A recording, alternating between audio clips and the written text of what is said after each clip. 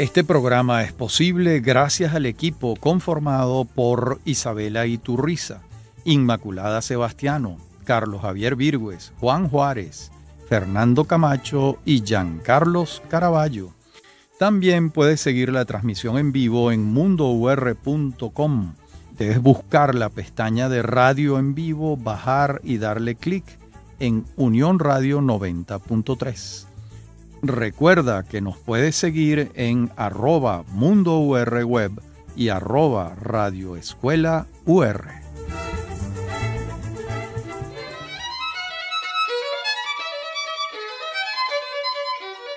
Venezolanos, en esta serie que venimos haciendo de Hispanoamérica, este es nuestro tercer capítulo, donde vamos a estudiar el momento en el que las élites criollas de Hispanoamérica van a fundar las repúblicas americanas en los territorios que entonces pasaron a ser antiguos territorios del Imperio Español en América. La puerta que abre este proceso ocurre en 1808, cuando tienen lugar los célebres, famosos sucesos de Bayona. ¿Qué ocurrió allí? Vamos a dar contexto para entenderlo. Carlos IV, meses antes, había declinado la corona en su hijo, en Fernando VII. A su vez, Napoleón Bonaparte, en su expansión a lo largo de Europa, había anunciado que iba a pasar por España rumbo a Portugal. Era de alguna manera un eufemismo, porque pasar por España para ocupar Portugal indicaba que también iba a ocupar España. Entonces, en ese momento, Napoleón llama a Bayona, un pueblo del País Vasco francés, muy cerca de la frontera entre España y Francia, llama a conversar al padre, a Carlos IV y a Fernando VII. Cada uno de ellos iba con un proyecto distinto. Carlos IV creía que lo lógico era que su hijo le devolviera la corona y que él pudiera gobernar en España en nombre de Napoleón. Fernando VII también buscaba la manera de gobernar en España, de reinar en España en nombre de Napoleón. Lo que era un hecho es que no había manera militar de que España, el reino de España, enfrentara a las tropas napoleónicas que venían conquistando toda la Europa continental. De modo que los dos van a Bayona y la coyuntura, lo que ocurre es que Napoleón Bonaparte pone la corona de España sobre su hermano José Bonaparte y deja presos, deja en cautiverio al padre y al hijo, a Carlos IV y a Fernando VII. Entonces eso está ocurriendo en 1808. De modo que técnicamente los territorios del Imperio Español en América pasaron a ser territorios de Francia. Eso es técnicamente lo que ocurre, pero ¿por qué esto no se materializa de una manera efectiva? Por varias razones. Primero, el proyecto de Napoleón no era la conquista de América, era prioridad seguir avanzando en el territorio europeo y quién sabe si llegar más allá, pero en tierras continentales, no a través de los mares. Entonces, pensar que Napoleón iba a destinar una armada para la conquista de América no es algo que tenga fundamento pleno en la realidad. Entonces, para las élites criollas se crea un problema difícil de resolver, porque esas élites criollas no aceptan a Francia, no aceptan ser súbditos del imperio napoleónico, de ninguna manera lo aceptan, y a su vez le habían entregado su soberanía, le habían jurado lealtad a Fernando VII. Entonces empiezan a estar entre dos aguas y comienzan a tomar unas decisiones vamos a llamarlas eclécticas para que la audiencia entienda el proceso. ¿En qué consiste esto? El primer lugar donde se crea una junta conservadora de los derechos de Fernando VII es en Ecuador, en Quito, el 10 de agosto de 1809. ¿Cómo funcionaba esta junta? La línea argumental es esta. Nosotros no reconocemos a Francia, no somos súbditos de Francia. Nosotros sí reconocemos ser súbditos de Fernando VII, pero Fernando VII no está reinando. Entonces la soberanía vuelve a nosotros. ¿Cuál es el cuerpo colegiado en aquella coyuntura histórica al que vuelve la soberanía? El cabildo. Hoy en día sería el Consejo Municipal o el Ayuntamiento, como también se le llamaba. La soberanía vuelve al cabildo y esa junta en Ecuador nombra un gobierno para ejercer el poder ejecutivo en nombre de Fernando VII.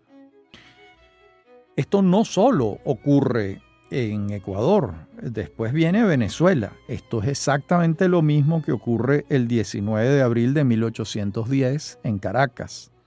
Es lo mismo que ocurre el 25 de mayo de 1810 en Buenos Aires. Es lo mismo que ocurre el 20 de julio de 1810 en Bogotá. Y es lo que va a ocurrir el 16 de septiembre de 1810 en México con el Grito de Dolores. Y es lo que va a ocurrir el 18 de septiembre de 1810 en Santiago de Chile. Esto es lo que los historiadores denominan el juntismo, es decir, el período muy breve en el que los países de Hispanoamérica, las naciones hispanoamericanas, designan gobiernos presididos por juntas que se declaran conservadoras de los derechos de Fernando VII, mientras Fernando VII está en cautiverio. En principio, ese era el proyecto. Pero ¿qué ocurre muy pronto?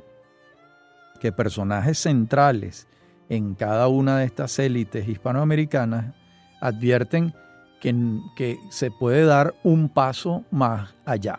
Es decir, que es posible ya no ejercer el gobierno en nombre de un rey preso, sino que se puede dar el paso de formar una república, adquirir absoluta autonomía e independencia del Imperio Español y comenzar la navegación de unos estados absolutamente libres y autónomos.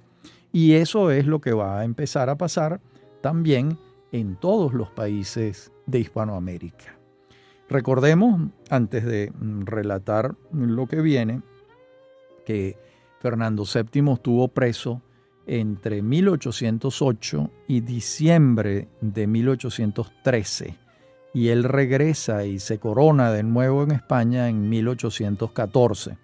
Este entonces va a ser el periodo de las juntas, pero que muy pronto esas juntas van a tomar otras decisiones. Si relatamos el caso caraqueño, vamos a encontrar similitudes en el resto de América, de Hispanoamérica. Por ejemplo, en Caracas la decisión la toma el Cabildo de Caracas, pero ¿qué piensan todos los otros cabildos de las ciudades principales de las provincias que forman parte de la Capitanía General de Venezuela? Pues entonces se convoca a un congreso donde ocurren las primeras elecciones que hay en Venezuela, se eligen unos diputados, esos diputados vienen y forman un congreso ya una vez electos en marzo de 1811 en Caracas, y ese congreso en sus deliberaciones entre marzo y julio se va acercando a la idea de abandonar la fórmula de la Junta Conservadora de los Derechos de Fernando VII y de crear la República de Venezuela.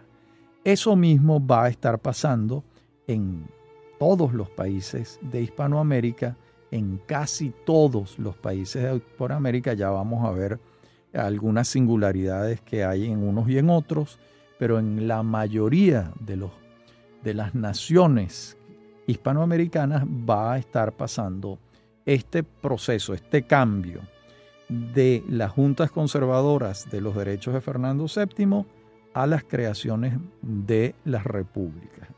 De modo que es evidente que van a ser los sucesos políticos de Europa los que abren la puerta de una crisis en el mundo hispánico. Esos sucesos políticos son estos que vengo señalando desde el principio: la invasión napoleónica de la península ibérica, el cautiverio de Carlos IV y de Fernando VII y la coyuntura que se crea en América. Quien mejor explica este proceso en el caso venezolano es Juan Germán Rocio, porque Rocio explica lo siguiente. Rocio era un doctor en Derecho y además un teólogo, un doctor en teología. Él explica lo siguiente, esta es su línea argumental. Dice: nosotros le entregamos nuestra soberanía a Fernando VII. Fernando VII está en cautiverio. No aceptamos el gobierno de Francia. La soberanía vuelve a nosotros. Ese nosotros, ¿dónde está expresado? En el cabildo. ¿Quiénes hacen vida en el cabildo? Los criollos principales. Entonces, esa soberanía en el cabildo articula un gobierno, que es ese primer gobierno que preside José de las Llamosas, cuyo canciller va a ser precisamente Juan Germán Rocio, y ese primer gobierno que manda embajadas a explicar la situación venezolana. Esas embajadas van a Bogotá, José Cortés de Madariaga, a los Estados Unidos, Juan Vicente Bolívar y uno de los hermanos Montilla, y a Londres van los jóvenes Simón Bolívar, Andrés Bello y Luis López Méndez. En la próxima parte del programa vamos entonces a ver cómo se va dando el paso de las juntas a la creación de las repúblicas. Ya regresamos.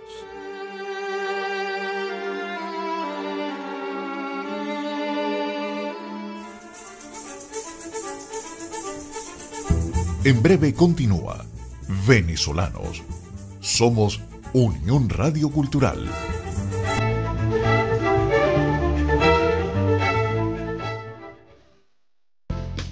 Estás escuchando Unión Radio Cultural.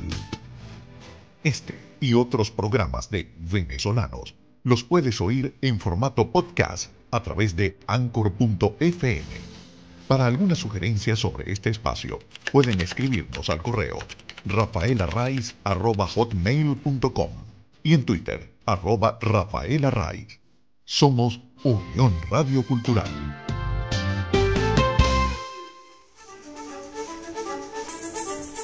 Estamos de regreso con Venezolanos. Somos Unión Radio Cultural.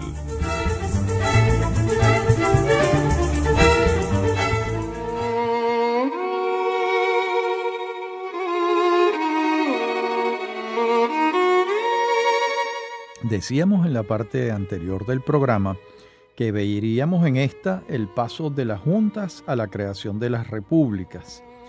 Ese paso en casi todos los países se expresa con la redacción de un acta de independencia.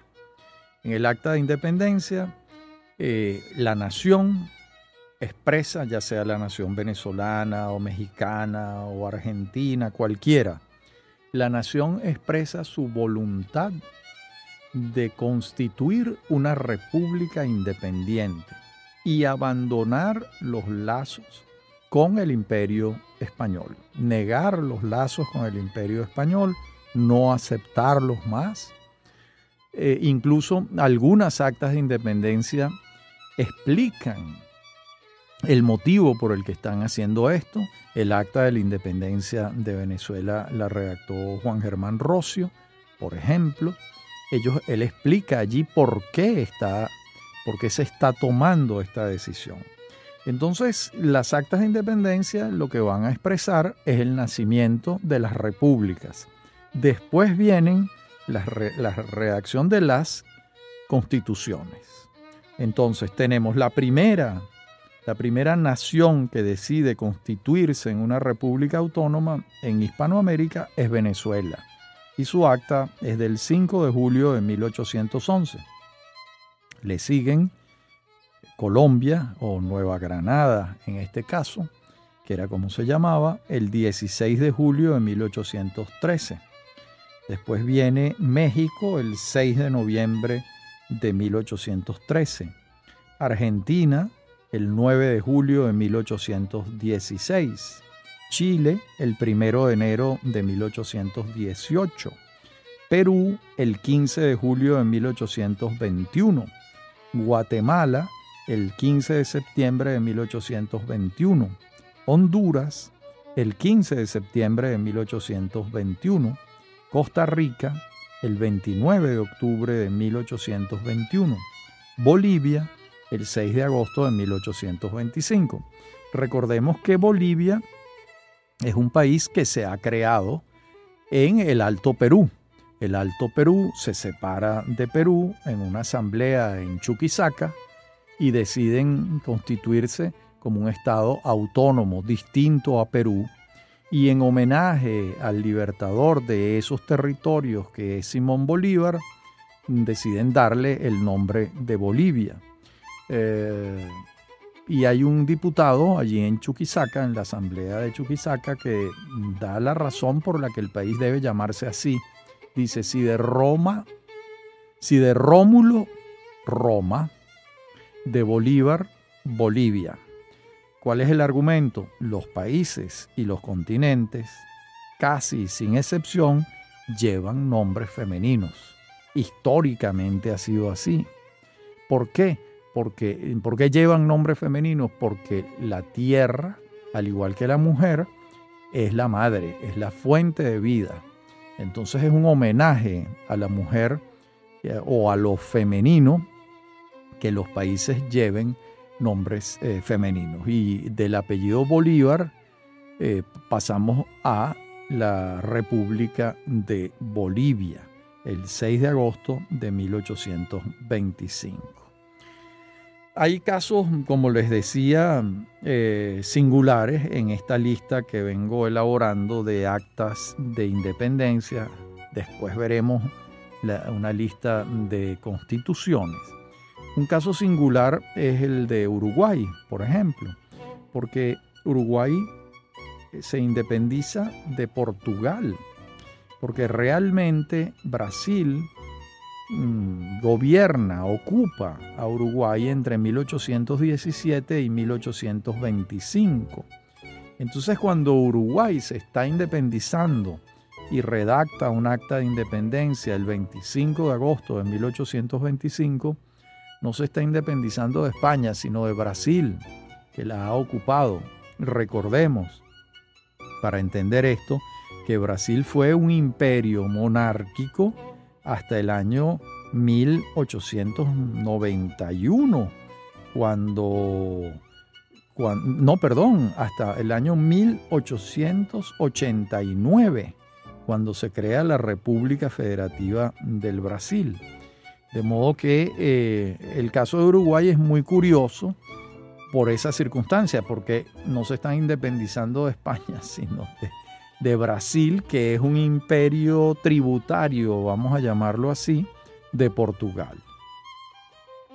El otro caso extraño es el de Paraguay, porque Paraguay no redacta un acta de independencia, sino una constitución, y redacta la constitución en 1842.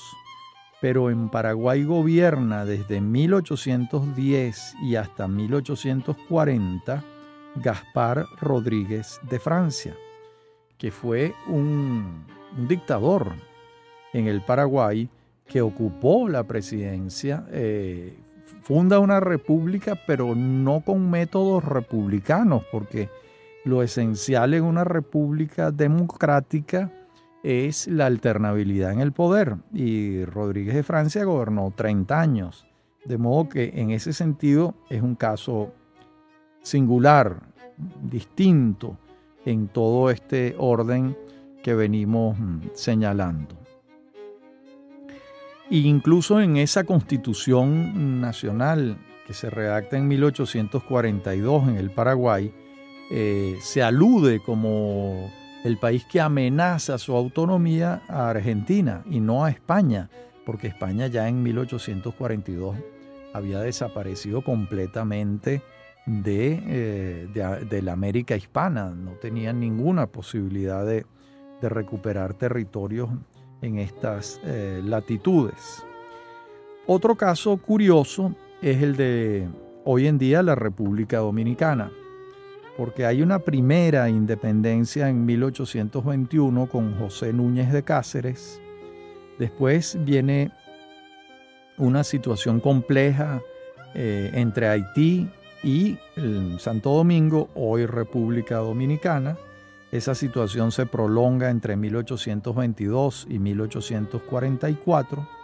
No hay un acta de esta situación y en 1844 Juan Pablo Duarte vuelve a recuperar la independencia de la República Dominicana, que tuvo en aquel periodo una situación compleja con sus vecinos de Haití, que habían sido una colonia francesa y que en 1804 se habían independizado de Francia mediante una revolución bastante sangrienta, una revolución étnica, que no la hemos señalado en esta lista que venimos haciendo, porque ocurre antes y ni siquiera forma del periodo del juntismo, y porque no se trata de un país hispanoamericano, es un país francófono. Y nuestra historia, que este desarrollo capitular que venimos haciendo en estos 10 programas, se concentra exclusivamente en Hispanoamérica. Hacemos algunas menciones a Brasil porque, bueno, es inevitable, pero tampoco forma parte de la historia de Hispanoamérica en estricto senso, en un sentido bastante más preciso. Luego vamos a tener, por ejemplo, un país ya más tardío, como es el caso de El Salvador, cuya autonomía empieza a manifestarse claramente a partir de 1859. Vamos a tener el caso de Brasil, que me detengo a explicarlo, aunque sea brevemente. Entre 1807 y 1821, Brasil forma parte del Reino de Portugal, pero a partir de 1822 se convierte en el Imperio de Brasil con Pedro de Braganza o Don Pedro I. Y esa condición imperial de Brasil se va a extender hasta 1889, cuando se funda una república en Brasil. Esa república se llama, hasta el sol de hoy, República Federativa de Brasil. No es la más antigua, es decir, no es la más reciente de las repúblicas creadas. Todavía más cercana en el tiempo es Cuba, que fue fundada el 20 de mayo de 1902 como república. De modo que fue lo último que perdió España en América. Incluso hay un refrán español: más se perdió en Cuba, cuando quieren decir que eso fue todavía más importante que lo que se está perdiendo ahora. Es un refrán que se aplica en determinadas circunstancias en España. Y la última es Panamá, el 3 de noviembre de 1903, cuando Panamá se separa de Colombia. Eso era un territorio colombiano. Panamá se separa de Colombia y se convierte en una república autónoma con el respaldo de los Estados Unidos. Colombia puso muy poca resistencia, más bien vendió ese territorio, recibió una cantidad de dinero importante y bueno, forma parte de este proceso la construcción del Canal de Panamá. En la próxima parte del programa seguiremos revisando toda esta situación. Ya regresamos.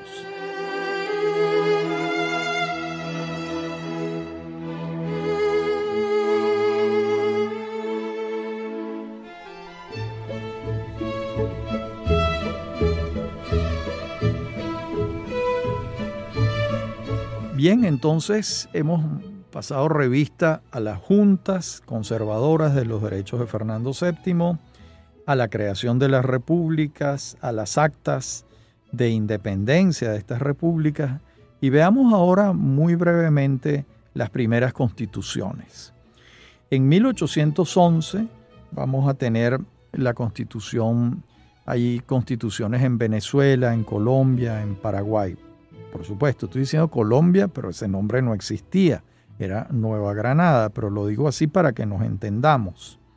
En 1812 va a haber textos constitucionales en Perú, en Chile, en Ecuador, en 1819 en la Argentina, en 1826 en Bolivia, en 1830 en Uruguay, en 1891 la primera constitución brasilera. Bien, detengámonos un momento a ver la arquitectura constitucional de estos países hispanoamericanos. Aquí hay varios temas importantes y fascinantes.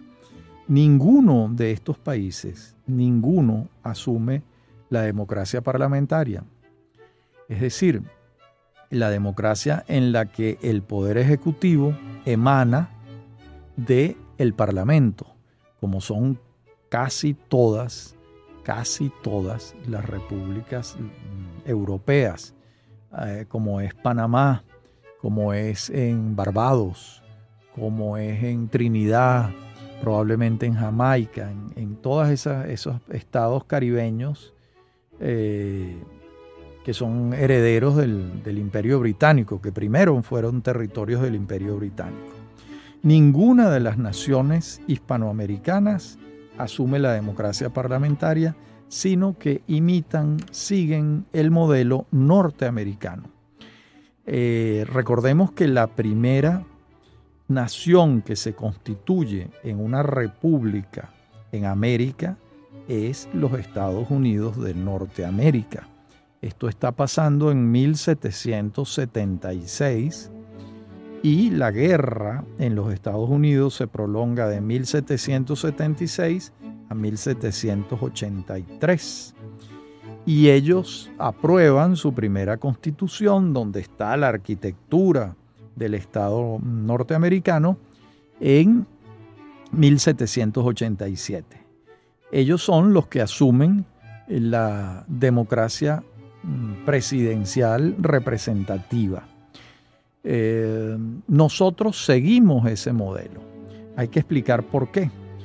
Era muy difícil que siguiéramos el modelo de la democracia parlamentaria, porque todas las democracias parlamentarias en algún momento, incluso todavía hay muchas que son así, eran monarquías constitucionales. A ver, explico dónde nace esto. Esto nace en Inglaterra, en 1688, cuando la Revolución de la Gloriosa, el Parlamento inglés destituye a Jacobo II y designa a un nuevo rey, que es Guillermo de Orange, un holandés. ¿Por qué ocurre esto? Porque Jacobo II iba a tener como sucesora a su hija, que era católica, y la gran mayoría del pueblo inglés era protestante y no querían tener un monarca o una reina católica. Deciden destituir a Jacobo II y dan nacimiento a la monarquía constitucional. ¿Por qué? Porque cuando designan a Guillermo de Orange, casi no le dan atribuciones. A partir de allí, de 1688, las atribuciones pasan al Parlamento británico. Ahí está naciendo la democracia parlamentaria, también la monarquía constitucional, porque las limitaciones de Guillermo de Orange están en un Bill of Rights, están en una carta que se establece dónde están las funciones del rey, que son limitadísimas. casi inexistentes como es hoy en día en todos los países que conservan reyes, monarcas y que tienen democracias parlamentarias de donde emana el poder ejecutivo de ese parlamento electo. Entonces, ¿era posible que en América los Estados Unidos estableciera una democracia parlamentaria? Muy poco probable, porque ¿quién iba a ser el monarca si ellos estaban pasando la página de la monarquía? Y como ellos son el ejemplo del resto de las naciones hispanoamericanas que van a estructurarse como estados autónomos, como repúblicas independientes, el modelo norteamericano presidencialista fue el que prevaleció en todos los países de Hispanoamérica. Fíjense que en América los únicos países los mencioné antes. Canadá, que es una democracia parlamentaria y un primer ministro. Mencioné a Barbados, a Trinidad y Tobago, a Jamaica y no más, porque la otra tradición que se siguió fue la que estaba inspirada en la exitosísima existencia entonces de los Estados Unidos, la democracia presidencial representativa. Bien, entonces eso va a ser un común denominador de las constituciones que hemos mencionado antes. Crean repúblicas presidencialistas. Bueno, pero también hay que señalar que toda esta situación no fue coser y cantar, y que hubo no pocas guerras, no solo de los españoles intentando recuperar sus territorios, sino también algunas guerras entre países de Hispanoamérica, que veremos en otra oportunidad. Pero veamos antes las guerras de independencia, cómo se van sucediendo en Hispanoamérica a lo largo de los años 1812 hasta 1824, cuando tiene lugar la última batalla, que es la batalla de Ayacucho en Perú, y es derrotado por el mariscal Sucre, el cumanés venezolano, el último ejército realista en Hispanoamérica. Eso va a ser en 1824. Entonces podemos señalar que las escaramuzas guerreras van a comenzar a partir de 1810 y hasta 1824, con distintas intensidades. Las guerras de independencia sucedieron así en los distintos países de Hispanoamérica. En la próxima parte del programa veremos en cada uno de los casos cómo fueron ocurriendo estas guerras de independencia. Pero como tenemos tiempo, comencemos por el caso venezolano. Recordemos que el 5 de julio de 1811 nace la República de Venezuela y la guerra comienza en 1812. Hay que aclarar, todavía estaba preso Fernando VII. Entonces, ¿quién decide la recuperación del territorio de Venezuela? El Consejo de Regencia, que actuaba autónomamente en nombre de Fernando VII e interpretando que él quería conquistar sus territorios de nuevo, como es natural. Entonces, cuando desembarca Domingo de Monteverde en Venezuela en marzo de 1812, ¿quién lo ha enviado? Bueno, lo ha enviado el Consejo de Regencia. ¿Y dónde está acantonado ese ejército de Domingo de Monteverde? En Cuba. Recordemos que Cuba, los españoles la perdieron hacia finales del siglo XIX. Entonces, ese ejército va a desembarcar aquí.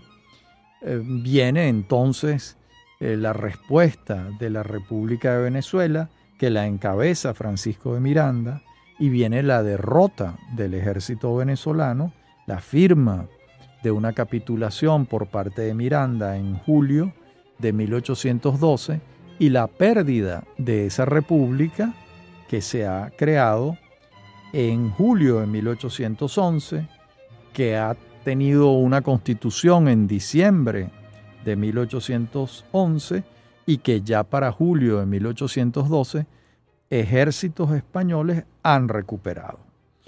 De modo que en el caso venezolano, esos serían los primeros episodios de la guerra de independencia. En Colombia, las escaramuzas comienzan en 1810 y la guerra en Colombia entre los realistas y los patriotas se va a prolongar entre 1810 y 1819, cuando tiene lugar en agosto la batalla de Boyacá, en la que Simón Bolívar vence junto con José Antonio Anzoátegui, Francisco de Paula Santander y Carlos Sublet, y entra triunfante a Bogotá Simón Bolívar en agosto de 1819, y ahí termina la guerra en el territorio de Nueva Granada, la futura Colombia. En Ecuador, las escaramuzas guerreras las vamos a hallar desde 1809, cuando ellos declaran formar la Junta Conservadora de los Derechos de Fernando VII, que señalamos antes, y hasta 1822, cuando ocurre la batalla de Pichincha y el mariscal Sucre logra la independencia de Ecuador. En la próxima parte del programa seguiremos viendo estos periodos guerreros en Hispanoamérica. Ya regresamos.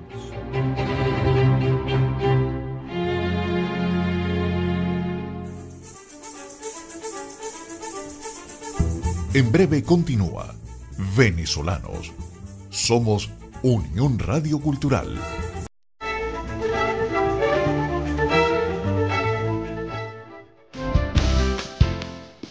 Estás escuchando Unión Radio Cultural.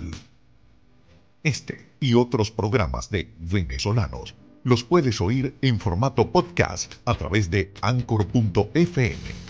Para alguna sugerencia sobre este espacio, pueden escribirnos al correo rafaelarraiz@hotmail.com y en Twitter @rafaelarraiz. Somos Unión Radio Cultural. Estamos de regreso con Venezolanos. Somos Unión Radio Cultural.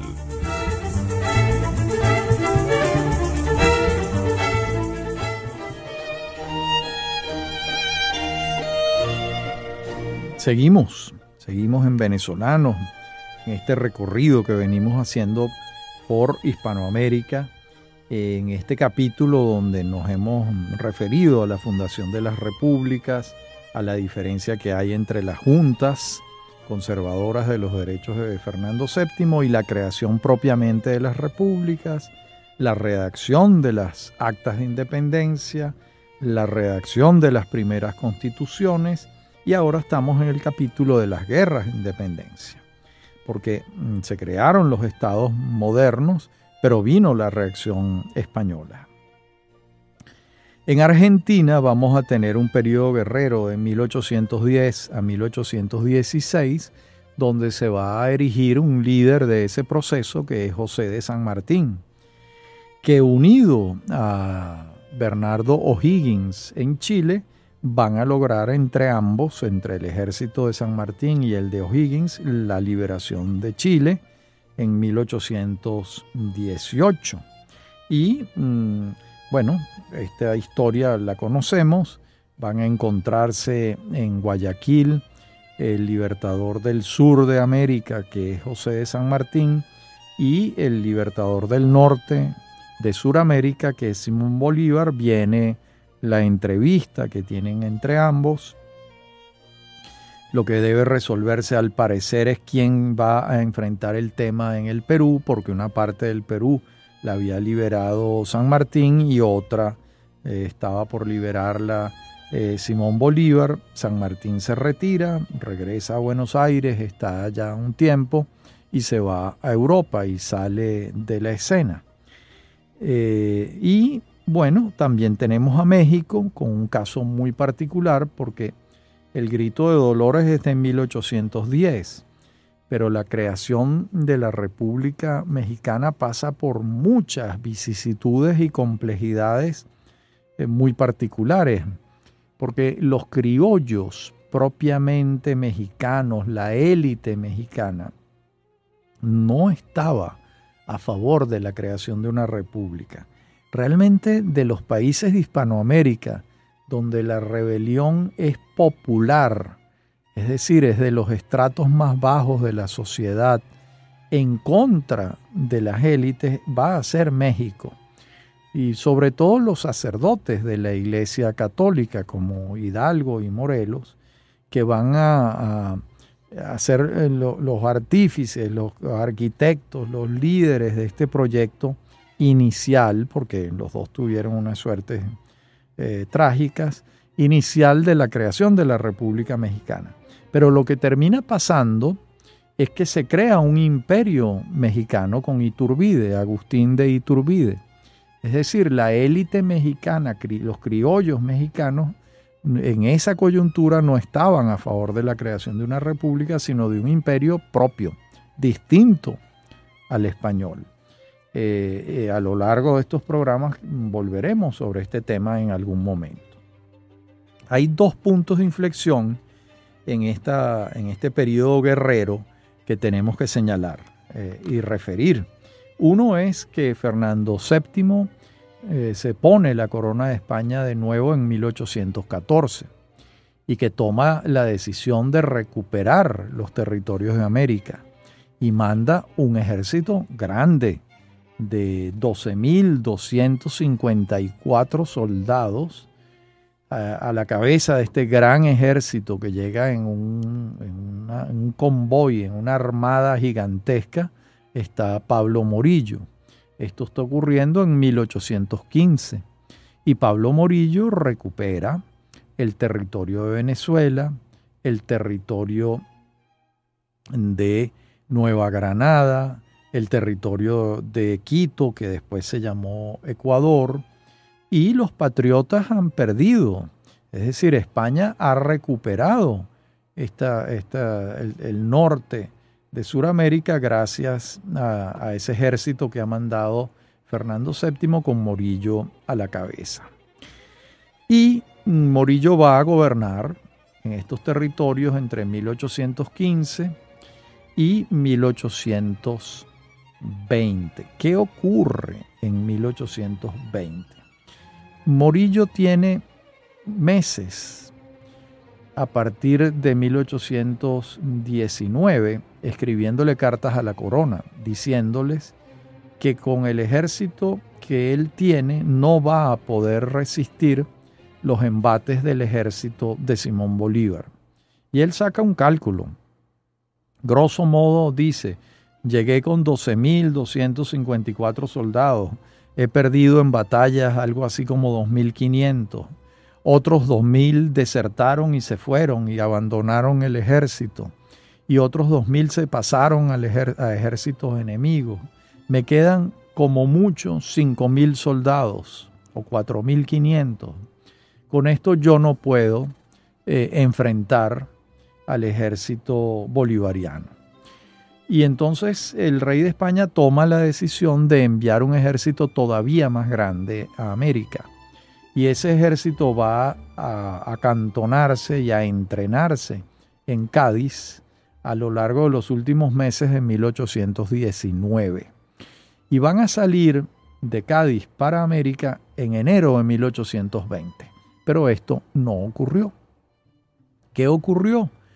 Que el general, a quien han designado jefe de este ejército enorme de 20.000 soldados, Rafael de Riego, decide no venir a América y obligar a Fernando VII a cumplir la Constitución de Cádiz de 1812, que era una constitución liberal. En ese momento, Pablo Morillo comprende que ha perdido la guerra, busca el armisticio con Simón Bolívar, lo firma en Santana, en el estado Trujillo, firma un armisticio que fue negociado por Antonio José de Sucre y sus grandes dotes diplomáticos, y firman Bolívar y Morillo el armisticio y se acaba la guerra en noviembre de 1820. Pablo Morillo se monta en un barco y se va a España, pero su ejército no puede irse. La corona española no tiene recursos como para enviar. ¿Cuántos barcos necesitaría? 30, 40 barcos para recoger al ejército que ha quedado aquí. Y ese ejército queda en Venezuela, abandonado. Ese es el ejército que va a dar la batalla de Carabobo en junio de 1821, que va a ser una de las últimas batallas, no la última, una de las últimas batallas que ocurrieron en Venezuela, porque realmente la última es la batalla naval de Maracaibo y el sitio de Puerto Cabello, ambas en 1823. Esta situación referida a México, Nueva Granada y Ecuador, en idénticas circunstancias se va a repetir en otras naciones hispanoamericanas. En México va a haber una situación distinta que veremos en su momento, clara, con más detalle, porque vamos a ver en otros capítulos más detalles de todo esto que vengo relatando. Y vamos a tener pues el último ejército español en Sudamérica, que va a ser el que está alrededor del virrey del Perú. Ese es el ejército al que va a derrotar Antonio José de Sucre en la batalla de Ayacucho en 1824, cuando cada uno de los ejércitos tiene alrededor de entre 8.000 y 9.000 soldados. Es una batalla grande, cuantiosa, y allí vence el gran mariscal de Ayacucho. Bien, este es el esquema central de estas guerras de independencia.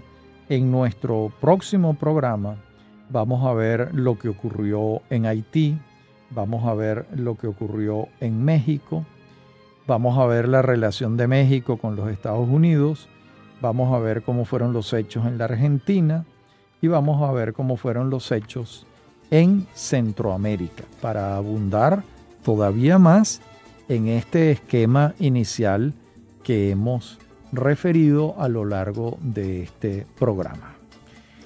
Como siempre, muchísimas gracias por su atención en este tercer capítulo de este mapa hispanoamericano que estamos intentando hacer para ustedes. Hasta nuestro próximo encuentro.